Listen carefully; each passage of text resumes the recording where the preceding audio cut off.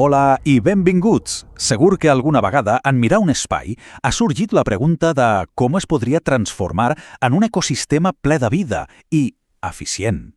Doncs avui ens submergim precisament en això, els mètodes de disseny de la permacultura.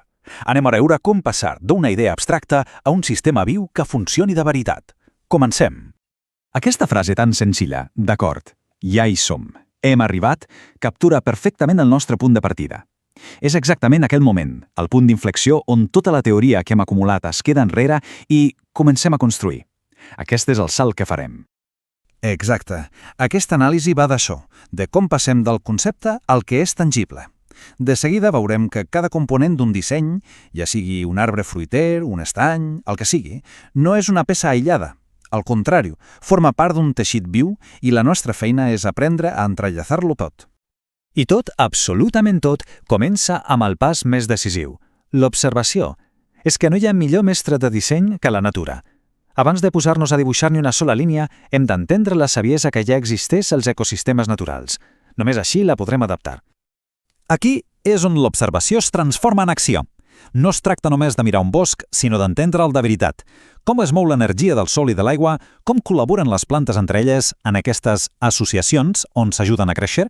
La clau de tot plegat és dissenyar sistemes que capturen i emmagatzemen aquesta energia en lloc de deixar que s'escapi. Val, un cop hem observat, arriba el moment d'aplicar el que hem après. Ara és quan passem de la inspiració a l'estructura. Farem servir tècniques de disseny molt concretes que tenen un objectiu claríssim, l'eficiència energètica i la funcionalitat. Aquest procés de traspassos és bàsicament el nostre full de ruta.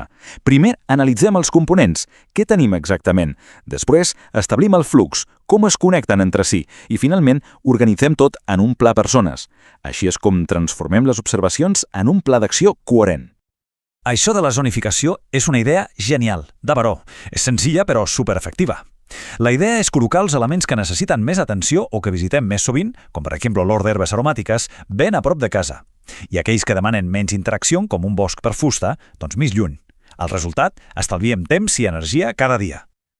És molt important entendre que un disseny de permacultura no és una foto estàtica, És més aviat com una pel·lícula. És un sistema viu que canvia, que creix i que evoluciona amb el temps. Entendre aquest procés és fonamental per a l'èxit a llarg termini. Pensem en el cicle de vida del disseny com si fos un viatge. Comença amb la instal·lació, que és la fase de més feina, no ens enganyem. Després ve l'establiment, quan tot comença a arrelar i agafa força. Amb el temps arriba la maduresa i, finalment, la resiliència, que és aquell punt meravellós on el sistema pràcticament es cuida sol. Aquí es veu claríssim el contrast. Un sistema jove depèn molt de nosaltres. És gairebé com un nadó. Necessita aigua, nutrients, protecció...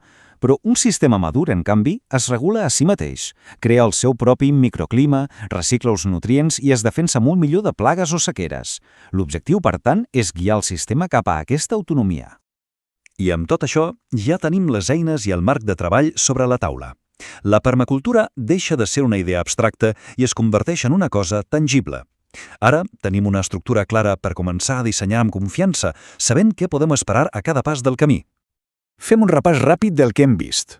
Hem après a analitzar components, a inspirar-nos en la natura, a fer servir la zonificació per ser més eficients i a entendre com un sistema evoluciona fins a ser madur. La conclusió és evident. Les bases ja hi són.